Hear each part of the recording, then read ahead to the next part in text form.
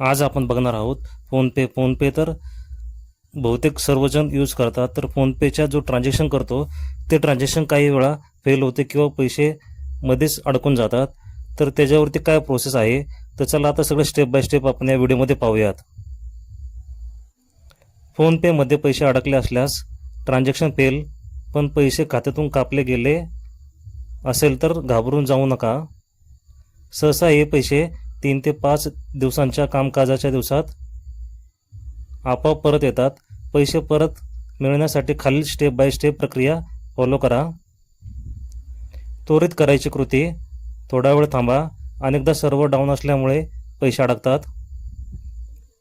30 मिनिटे ते 1 तास थांबा, अनेकदा व्यवहार आपोआप पूर्ण सक्सेस होतो किंवा रिफंड होतो।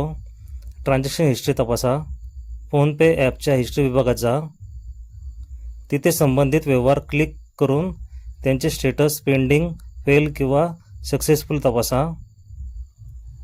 फोनपे ॲपमध्ये तक्रार नोंदवणे, raise a ticket in app, जर पैसे न मिळाल्यास फोनपे ॲप उघडा, खालील कोपऱ्यात हिस्ट्रीवर क्लिक करा, अडकलेला व्यवहार कॉन्टॅक्ट फोनपे सपोर्ट या बटनावर क्लिक करा।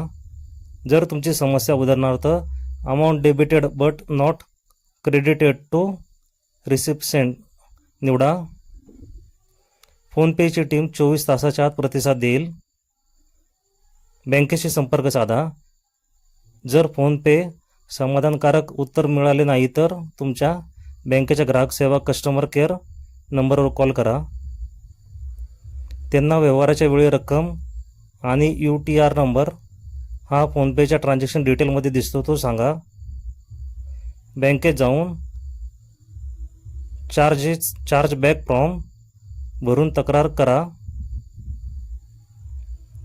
NPCI पोर्टलवर तक्रार करा आणि 3 ते 5 दिवसात पैसे परत आले नाही तर तुम्ही NPCIच्या वेबसाईटवरती जाऊन तक्रार करू शकता। गेट इन टचमधून UPI distribute resell maintenance machine निवडा, व्यवहाराची सविस्तर माहिती भरून तक्रार नोंदवा।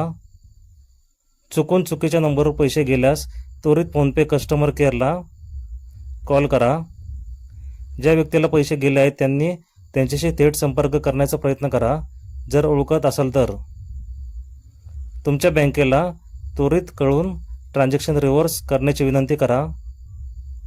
महत्त्वाची टीप, UPI व्यवहाराचे पैसे साधारणपणे 3 ते 5 व्यावसायिक दिवसात तुमच्या खात्यात परत येतात।